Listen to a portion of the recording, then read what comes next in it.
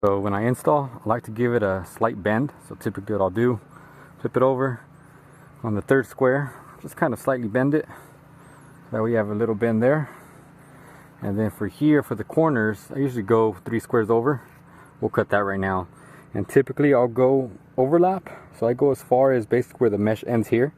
So I'm basically gonna cut it somewhere around here.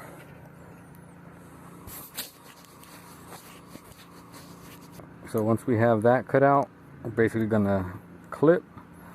So we're gonna go over 3 squares.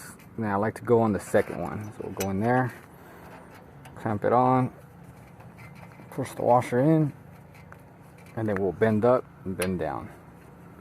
Boom. And then we'll do the same thing until we get all this completed. So once we get our overlap, I like to zip tie, use metal zip ties. We go 3 over. So now we'll clip here in this corner. So we'll get this last clip, button it up.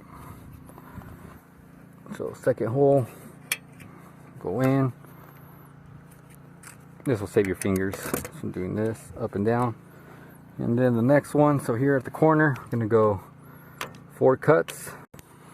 And once you get that 4th cut, open it up. And so this is a little bit long, but it's fine. So then we're gonna basically overlap it. Oh, I forgot right here. So we're gonna cut 1, 2, 3. So we wanna keep this, hold it, and then we're gonna overlap this here. Sometimes you can make a crease, or sometimes you can just overlap it perfectly. So what I'm gonna do, I'm gonna match it up with this. So I'm gonna cut it just right along there. Makes it look a little bit neater. Once we have that cut, overlap. And then from there we can do just a slight crease, kind of like that. So that way, boom, now we have this aligned there.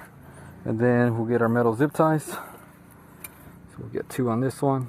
I kind of pre-bend them a little bit. Kind of helps wrap them around.